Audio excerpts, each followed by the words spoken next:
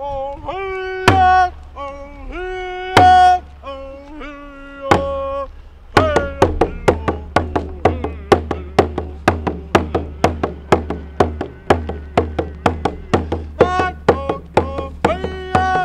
House Warriors is a mission. It's a mission to stop the Kinder Morgan pipeline by building tiny houses on wheels to deploy and launch and stop and block the construction of this pipeline going through our lands. And our territory is 180,000 square kilometers, 518 kilometers. Over half of this pipeline proposes to go through our territories. And in a creative form of resistance, this is what we chose to do, was to build 10 tiny houses and deploy them against this massive oil company and stop them from destroying and threatening our lands. Yeah, I mean, it's a collective of Secwepemc people, and I feel like being a neighboring nation is that they're fighting for all of us. On one hand, it's for and by Secwepemc women and Secwepemc Women Warrior Society for all Secwepemc people. It's just a small part of a hoop of Indigenous resistance, and we're fighting together, upstream, downstream, and worldwide. It's for the worldwide Indigenous resistance against major companies. Yo, fuck Kinder Morgan, here's a Kinder surprise. Indigenous resistance, man, we got 9 lives. We put a life on the line, not a lifeline. I'll be damned if I see another broken pipeline.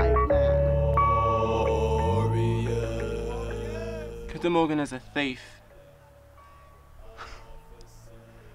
Kinder Morgan is a Texas-based oil transportation company, and this company right now has made a business transaction with the government of Canada to purchase the Trans Mountain pipeline for $4.5 billion. It's a Texas oil transportation company, and what we're opposed to is the Trans Mountain pipeline that proposes to transport this bitumen through pipeline from the Alberta tar sands all the way to the Salish Sea, so a 1,142 kilometer pipeline. And it's cut for the new corridor. This is it. This is the corridor they want. So they just did the first initial clear cut, but and they probably didn't get permits for like, they say it's sustainable by just leaving those little bit of cedar stands there. So that's how they could clear cut that, and just, it's so gross.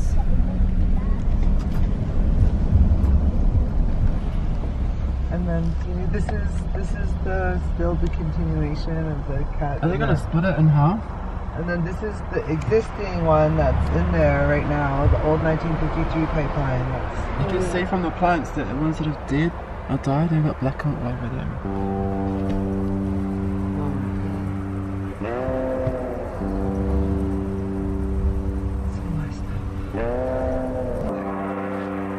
Yeah, just right here across the road is an area that's marked out for the Trans Mountain Kinder Morgan man camp. This man camp here in Blue River, unceded Secwepemc Territory, is plotted for 1,000-man man camp, 1,000 construction workers that they'll want to house here. And these man camps are linked to, increased violence against women, sexual attacks, on our women. And as Indigenous women here in the country of Canada, we are, the most targeted. We have tens of thousands of Indigenous women and girls that are on databases compiled by our own people, keeping track of all of the murdered and missing Indigenous women. And the majority of them are never solved. And we're losing them to a system that doesn't care and disappears them without a trace. And this is the reality that we as Indigenous women live with, where other white Canadians could go around in this country called Canada and be safe and have the privilege to be able to walk the streets safe, you know, and Indigenous people and women are targeted. Not just our girls and women, but also our boys and men too. And this is very serious when Kinder Morgan, and now owned by Canada, is saying they want to bring in 1,000 men that are known, you know, to increase, you know, the risk to our women. We want to shut this man camp down because all man camps have ever brought to our communities is abuse and more alcoholism and more drug use, and rapes have increased significantly, and our women have been going missing at alarming rates, and that is one of the main reasons why we're here right now, is to make sure that this man camp has never built and that the structures that they've started building are dismantled, because we're not going to allow the man camps to go through and be built here. They're not welcome here, and they never will be. Someone sends this as a comment. That's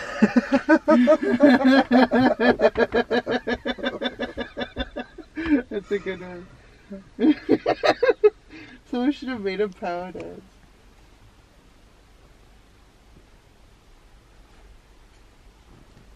Okay, that was a lot of comments on that one, and I think I know why. Cause look, Crown land is a figment of your imagination, Justin Trudeau. This here land we are stopping your pipeline in is unceded Secwepemc Territory. No consent to pass this pipeline through our unceded lands. That includes Kinder Morgan and Rachel Notley too. So when you comment, it's commenting to them too. Oh. Yeah, social media, and definitely any type of media at this point is definitely something that we use in our favor, and is definitely a weapon, and is also our safety, you know, and that's why it's so important that we have younger people, or just anyone in general, should know how to hold a phone, know how to live stream, know what to say, you know, and be able to document these things. And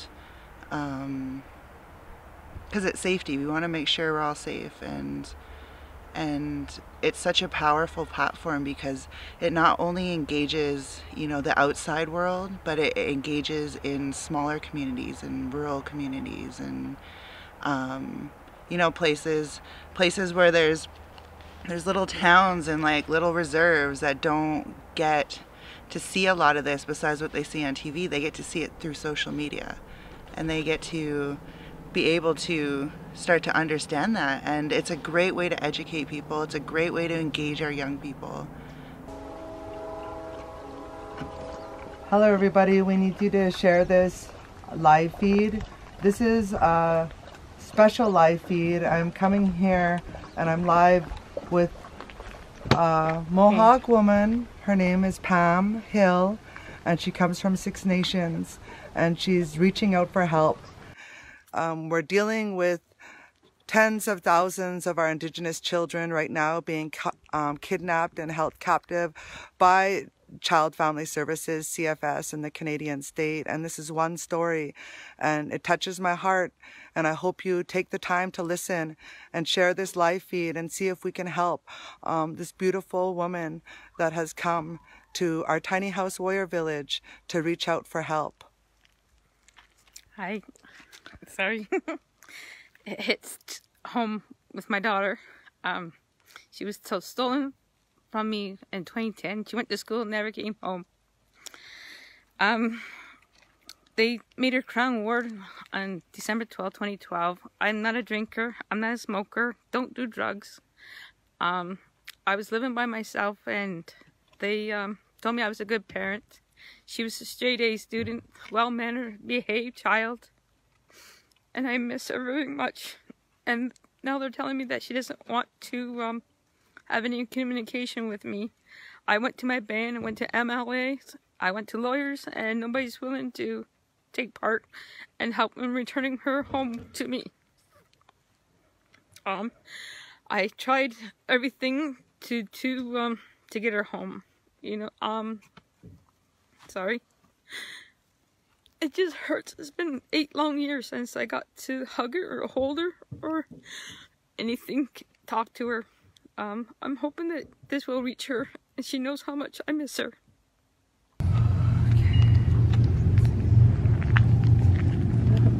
Thank you. Thanks.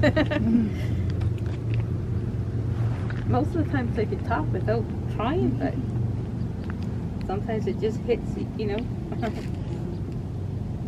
So long that it's 8 years, you know, like it's like she's Christmas or birthdays or teaching her how to do anything or be part of her life, right? So it's hit hard that the government doesn't seem to care.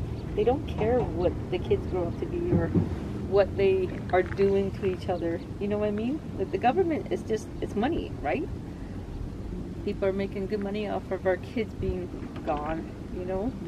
They don't care what happens to the kids once they get out of care. There's more children in care than at the height of residential school.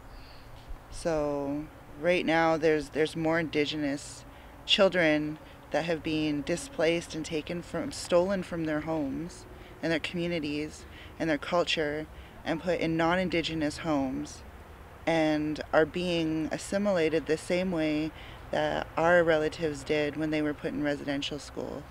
And that's what's happening. And you can try to slice it anyway and try to say like, well, this and that, but no, really, that's what's happening. We as Secwepemc, Statlium, Secwepemc, Tsilkotin, all over BC, we all know well the tactics of the Canadian state stealing our children unlawfully, and they don't have any jurisdiction to even come into our lands and take our children, yet they still do it, and that's kidnapping. So our heart goes out to her as mothers. To have your child stolen away is the worst kind of pain. Oh, the cops are here. Baba, could you go in the tiny house, please?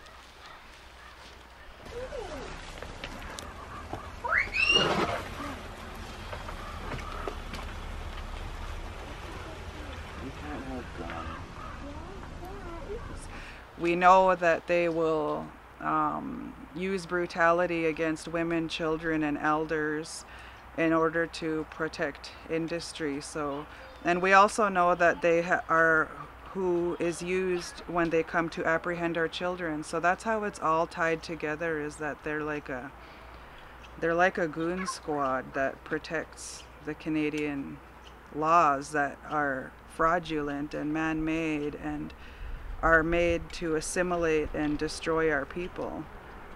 So we also don't acknowledge the authority that they claim to have. They need to start to listen to us. And this is actually with, you know, being on wheels, being able to be mobile, because we know the state has come at us with injunctions and trespass notices, seizure notice, everything to get us off of our own territory and displace us again from our territories and our lands. And being able to be mobile and being able to, stay out of their system. They want us to get caught up in their courts. They want us to get caught up in years and years of probation and court charges and fines and jail time and all of that. And they never will recognize our title there, because we're defending ourselves against criminal charges. And they're the judge and jury and everything. And it's proven again and again that they've been finding us guilty of criminal contempt by not following injunctions like what they have right here. The rivers that flow from these glaciers pass through our territories, and we just want to send a message that we are forever grateful for everybody who takes a stand against the destruction of our lands, because the destruction of our lands equals depletion of our food sources. It means that our trees are torn down, the rivers are poisoned, the berries, the herbs and medicines are depleted because of the intrusion and invasion and desecration of our homelands, and it affects us all. The resistance is in our blood. We never ever gave up on our land, even if it meant giving everything we have to this movement. That's what it takes, because without our land, we can no longer be Uqamiuq. And what Uqamiuq means is people of the land. And that's what we call ourselves, Uqamiuq. Thank you for listening, and thank you for sharing this message. And thank you for passing it on, because it's really important that people know that we are still here and we're not going to go anywhere, and that we've never given up on our land. We love our land. It's who we are. We believe that we are part of the land, and the land is part of us, and we are one and the same. So when the land dies, we die as a people, and we will never ever give up that fight. Jim, thank you. I'm just living out this life I was given on my homeland. Hear me laugh, hear me cry, see me smile, see me frown on my homeland. That's my homeland. I know it like the back of my hand. It's my homeland. Cause everything I'm not made me everything I am.